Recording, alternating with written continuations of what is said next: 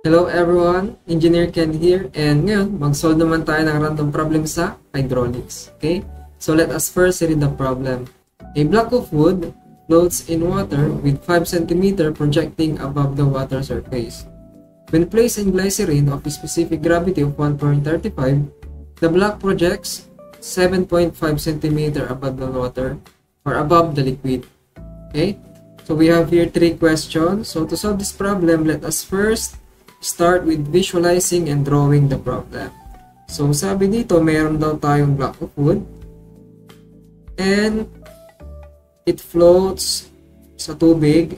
May nakalabas daw na 5 cm. Okay? So this is water, tawagin natin itong WS para mas madali nating matandaan. Then second scenario, yung same na block na yan, nilagay naman daw sa glycerin. And ngayon, meron nang nakalabas na 7.5 cm. Lagay natin dito GS. Na may specific gravity na 1.35. Okay, so let us first solve the first question. Determine the length of the wood. So, pinapahanap sa atin ito. Okay, so to solve that, ang magiging atake natin dito, kapag nabasa nyo yung word na floats in water or yung pinaka-word na floats at saka yung may word na mga projecting, unang papasok sa isip natin dyan ay buoyancy. Okay? So, pagdating sa buoyancy, dalawang concept or idea lang naman ginagamit natin dyan. Una na dyan ay ang equilibrium. Pagdating sa buoyancy, usually ginagamit lang natin dyan ay summation of forces vertical. And then second is the concept of buoyancy. Yan.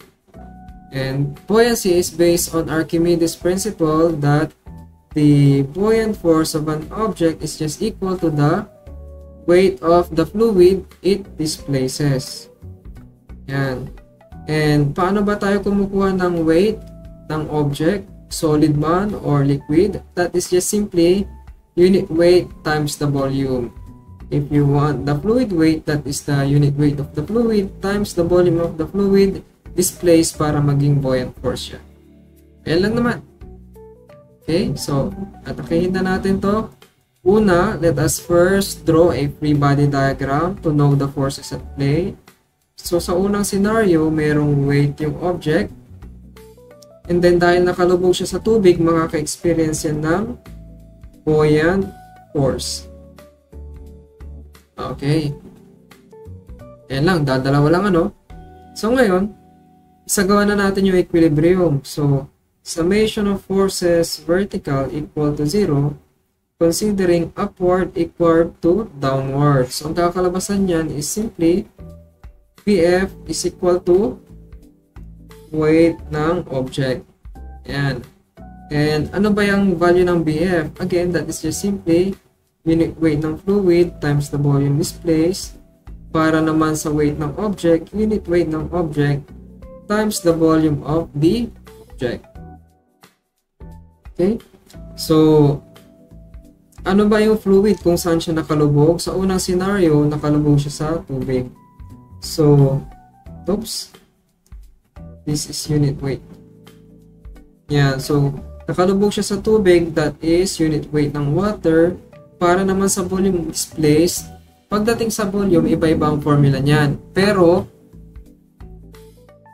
dito hindi sinabi kung prismatic ba siya, cylindrical, or general, frustum, etc. So, we are going to assume na prismatic na lang siya, no? Para hindi tayo mahirapan with a certain area. And paano ba tayo kumukuha ng volume ng prism?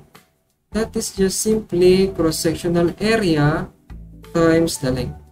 Ganyan lang. Now, so for the volume displaced, that is just cross-sectional area, which is this one. And yung length na i-consider natin, ito lang. Kasi ito lang yung length na na-displace. Tawagin natin D for draft. Okay? Pero para hindi na masyadong dumami yung ating variable, gawin na lang natin ito in terms of the length, no? So this is just simply length minus 0.05 meter. Itong centimeter, kinonvert ko into meter. Yan. Okay, so ganoon na lang. Substitute natin yung length, which is length minus 0.05 equal to the unit weight ng object. Okay, hindi binigay yung unit weight ng object. So, ang gagawin natin, unit weight ng object is simply specific gravity ng object times the unit weight ng water. Ganun lang naman. Okay, pero wala din binigay na specific gravity ng object, ano. So, okay, kung wala, ilapag lang natin. Specific gravity ng object, unit weight ng water, para sa volume ng object, that is just cross-sectional area times the total length na. Okay? Kasi yung mismong object na kino-consider natin, not just the displaced part. So, times length tayo dyan. And as we can see, magka-cancel yung water, unit weight, area. And ang natira na lang dyan is L minus 0.05 is equal to a specific gravity ng object times the length. So we have here two unknowns. Ibig sabihin, we need two equations based on algebra, no? So let this be our equation 1. Saan manggagaling yung equation 2? Sa second scenario dito. Okay? So based on the second scenario, again, free body diagram mo lang ulit. Weight ng object, buoyant force. Okay? And then, after ng free body diagram, mag-equilibrium na tayo. Upward equal to downward ulit. So, BF is equal to the weight of the object. Okay? So, for the BF, again, unit weight ng fluid yan times the volume displaced. Weight ng object, unit weight ng object, times the volume of the object. Okay? So, for the unit weight ng fluid, hindi na yan tubig ha. So, hindi lang 9.81. So, paano kukunin yan? Basically, unit weight ng fluid is just simply ganito rin. Specific gravity ng fluid times the unit weight ng water. Yan. So, ang specific gravity niya is 1.35, ano? So, 1.35 times the unit weight ng water times the volume displaced. Again, cross-sectional area lang yan times the new drop. Okay? And ang bagong drop natin is just equal to, if this is the length again, length minus 0.075. Okay? So, lapag natin yung drop. L minus 0.075 is equal to the unit weight ng object, SG, weight ng water, di na kasya, times the cross-sectional area times the length. As we can see, nag-cancel out ulit itong mga ito, no? Ang natira na lang ngayon, 1.35 length minus 0.075 is equal to SG ng object times the length. This is now our equation number 2 and solvable na yung problem natin. Okay? So, para masolve ito, pwede na kayong mag-arrange para mag-to-anong to equation siya. Pero gawin ko na lang, by substitution na lang, equal naman itong kanyang right-hand side. So, equate ko na lang yung dalawa. This is equal to this. So, ang matitira, mga left-hand side. Okay? Shift solve lang tayo. Okay, so ang final answer natin ay 0.1464 meter.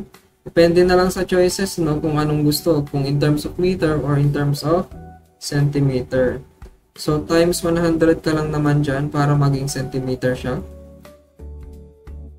Okay, so final answer natin yan for number 1. Okay, so next question naman tayo. Determine its specific gravity. Okay, so may mga nagawa na tayong equation kanina. Pamimili na lang tayo sa equation 1 or equation 2. So, pili na lang natin sa equation 1 kasi mas maiksi siya. So, length minus 0.05 is equal to specific gravity ng object times the length. Okay? Substitute lang natin yung length natin in terms of meter lang muna.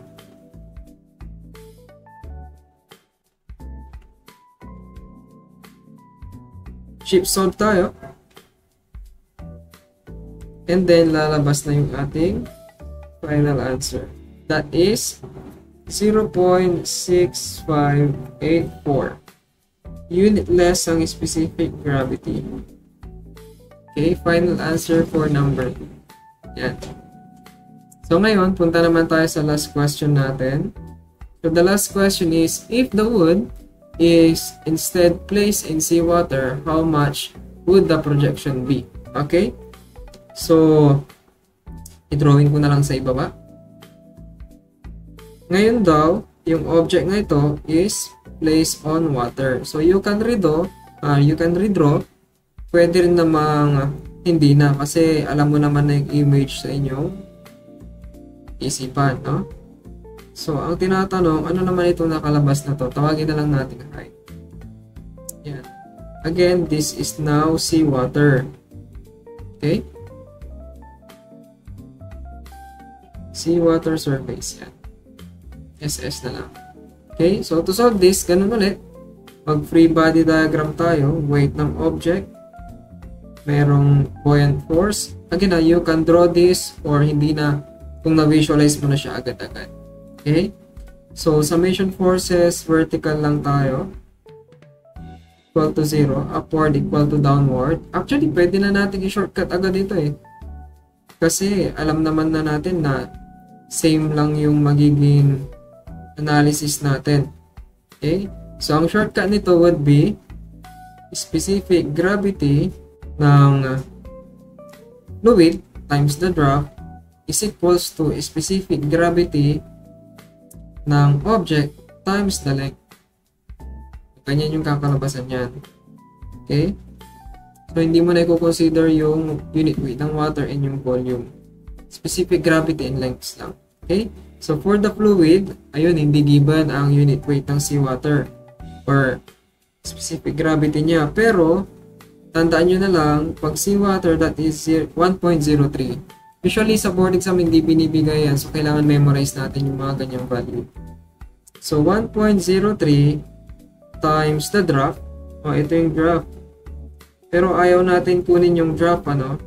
Ang gawin na lang natin, yung draft, gawin na lang natin in terms of the length and then the height na nagpo-project. So, this is just equal to the length minus h. And alam naman na natin yung value ng length, diba? That is 0.1464